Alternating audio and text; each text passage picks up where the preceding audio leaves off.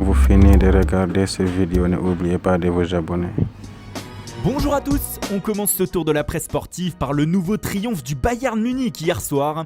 Lors de la Super Coupe d'Europe disputée à Budapest, le club allemand l'a emporté face au Séville FC 2-1 et a décroché son 4e titre depuis le restart, après la Bundesliga, la Coupe d'Allemagne et la Ligue des Champions. C'est Javi Martinez qui a offert le sacre aux Bavarois lors des prolongations.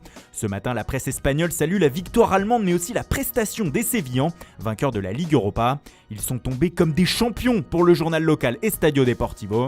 Les Andalous ont mené la vie dure au Bayern. Pour Marca, les hommes de Julen Lopetegui sont tombés avec les honneurs. Ils ont été héroïques mais n'ont rien pu faire face à l'efficacité de l'ogre allemand.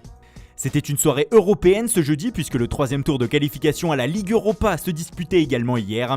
Tottenham n'a pas tremblé et a rejoint le tour de barrage en s'imposant en Macédoine du Nord face au modeste club de Skandija 3-1. Mais les journaux anglais ce matin focalisent leur attention sur ce qu'il s'est passé avant le match.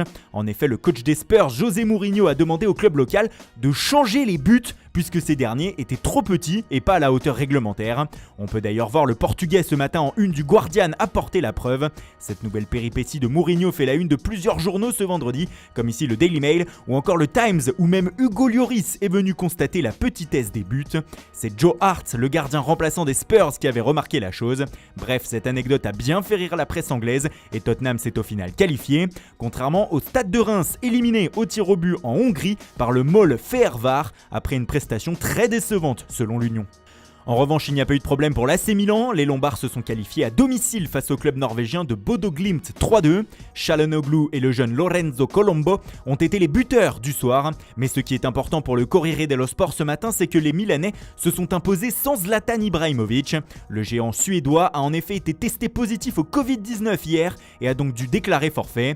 Mais bien sûr, après cette nouvelle, Ibra nous a fait une réplique zlatanesque sur Twitter. Je n'ai pas de symptômes, le Covid a du courage de s'attaquer à moi, mauvaise idée. Et en ces temps difficiles, notamment en Italie, les journaux ont pris ça à la rigolade, comme le Corriere qui pense que Ibra va mordre le virus. D'autres, comme Il Giornale, y voient une lueur d'espoir et une envie de se battre contre ce virus. Le géant suédois défie le virus et veut le battre, écrit le média, ou plutôt dirait-on le Zlatané. Milan aussi à la une de la Gazzetta dello Sport où le média a vu une victoire à la turque pour les Lombards grâce au doublé de Hakan Çalhanoğlu.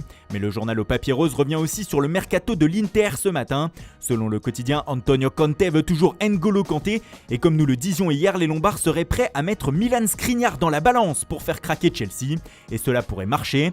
Selon le média, les Blues seraient bien disposés à mettre de nouveau 50 millions d'euros sur le marché pour le défenseur slovaque. Un nouveau gros chèque qui pourrait arranger l'Inter dans sa course à Kanté, mais qui pourrait aussi lui permettre de recruter son remplaçant en défense. La Gazzetta parle des pistes Chris Smalling de Manchester United ou encore Ozan Kabak de Schalke 04. On file en Angleterre où c'est la grosse information mercato de la matinée outre-Manche.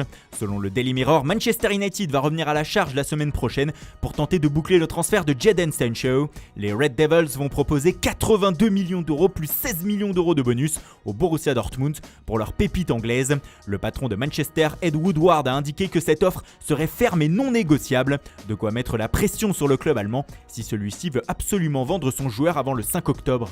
Et on termine par quelques informations mercato venues d'Espagne et de la presse catalane. Alors que celle-ci revient sur les adieux hier de Luis Suarez au Barça, 2 joueurs seraient toujours dans le viseur des Blaugrana. Le premier, c'est encore et toujours Lautaro Martinez. L'attaquant de l'Inter reviendrait en force dans l'esprit des dirigeants Blaugrana et ces derniers auraient réactivé leur intérêt pour l'Argentin. Le deuxième joueur, c'est Serginho Dest, mais là, ça avance vraiment pour le latéral de l'Ajax. Le transfert pourrait être bouclé à la fin de la semaine selon le média. Il aurait même déjà dit adieu à ses coéquipiers selon le journal Sport. Bref, le Barça est tout proche d'une nouvelle recrue. En revanche, pour l'OM, ce n'est pas proche, c'est officiel. Le Brésilien Luis Enrique est la nouvelle recrue du club phocéen. Il a signé ce matin son contrat avec Marseille et devient la 4e recrue de l'été olympien. La durée de son contrat et le prix de son transfert n'ont pas été révélés, mais on parlait dernièrement d'une somme de 12 millions d'euros. Et décidément, c'est la matinée des officialisations dans l'Hexagone. L'AS Monaco vient d'annoncer de son côté l'arrivée du milieu de terrain Florentino Luis. Le Portugais est prêté une saison par Benfica. Aux dernières nouvelles, ce prêt n'est pas assorti d'une option d'achat. Voilà, c'est tout pour ce matin. Merci pour votre fidélité, bonne journée à tous. Et rendez-vous dès ce soir pour un nouveau journal du Mercato.